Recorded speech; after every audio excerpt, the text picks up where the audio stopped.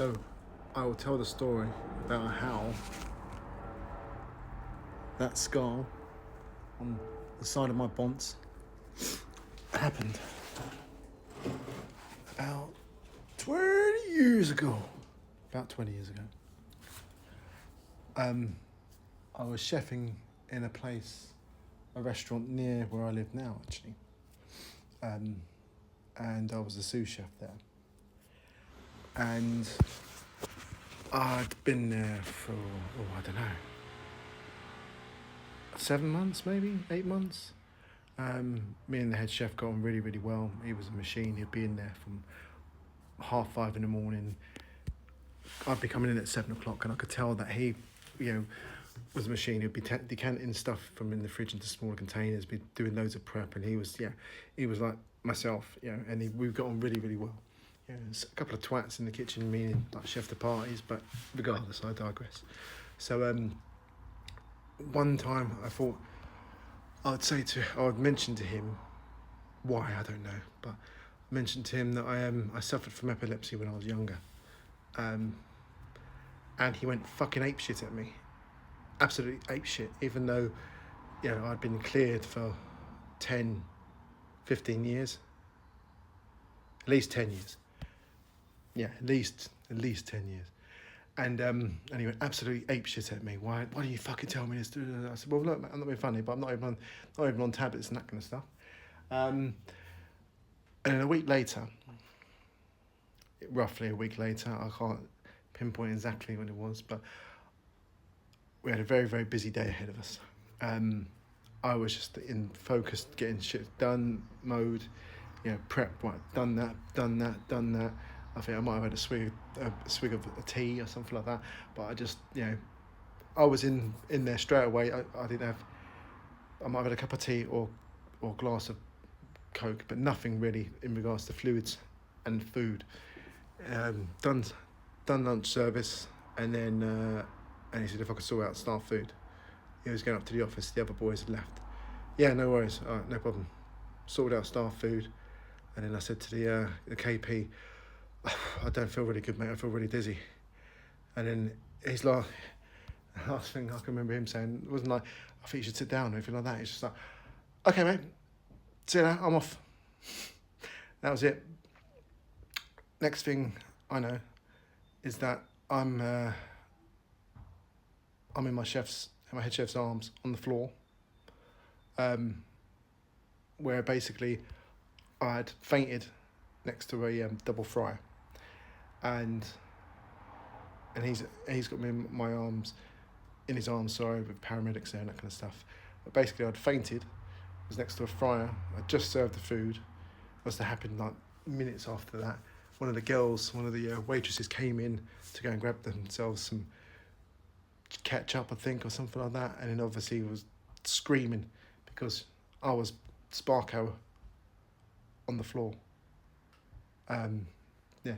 Knocked the fuck out.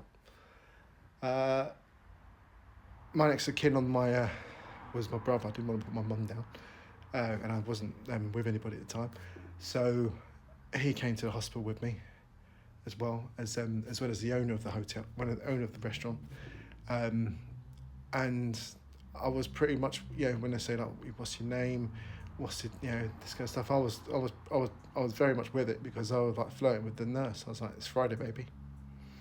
And what my brother told me is that when he had the phone call from my head chef, who was on the phone to another chef at the time when that happened, he obviously went off the phone to him, gave my brother a call, and went, he's dead, he's fucking dead, to my brother. Even though my brother can't remember that, he told me this. So anyway, I obviously was in hospital, suffered concussion. My head chef, not long after that, says to me that the paramedics said that it was a fit. So, and you can't come back, he says to me.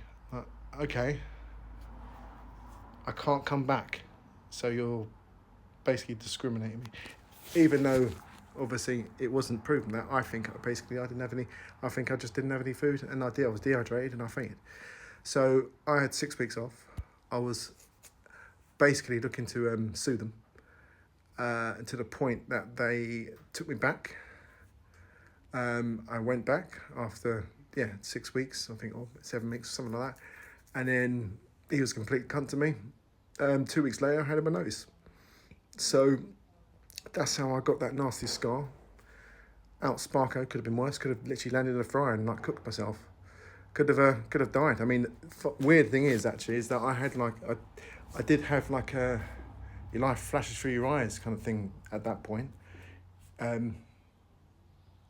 It seemed like ages, but obviously it could have just been like seconds. But that's how I got my scar, and obviously I didn't get any money out of them because I should have kept it quiet, and I didn't. And obviously the head chef heard that I might be looking to try and sue them, etc. And then I said he went back, and he was never the same with me. He was just an arse. He just completely different with me.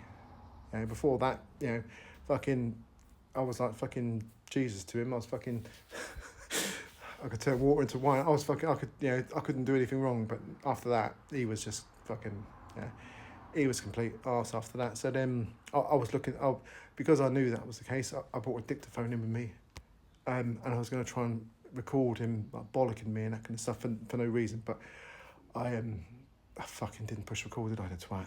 But anyway, that was the story of this nasty scar on my head. It took me a while to get, obviously after that happened, it took me a while to get my confidence back, and not only that, but thinking I've lost pace in the kitchen, etc. But no, I love the kitchen too much. Don't know anything else, and I mean that just shows what some kind of people or even employers can be like. It's disgusting, but that's my story.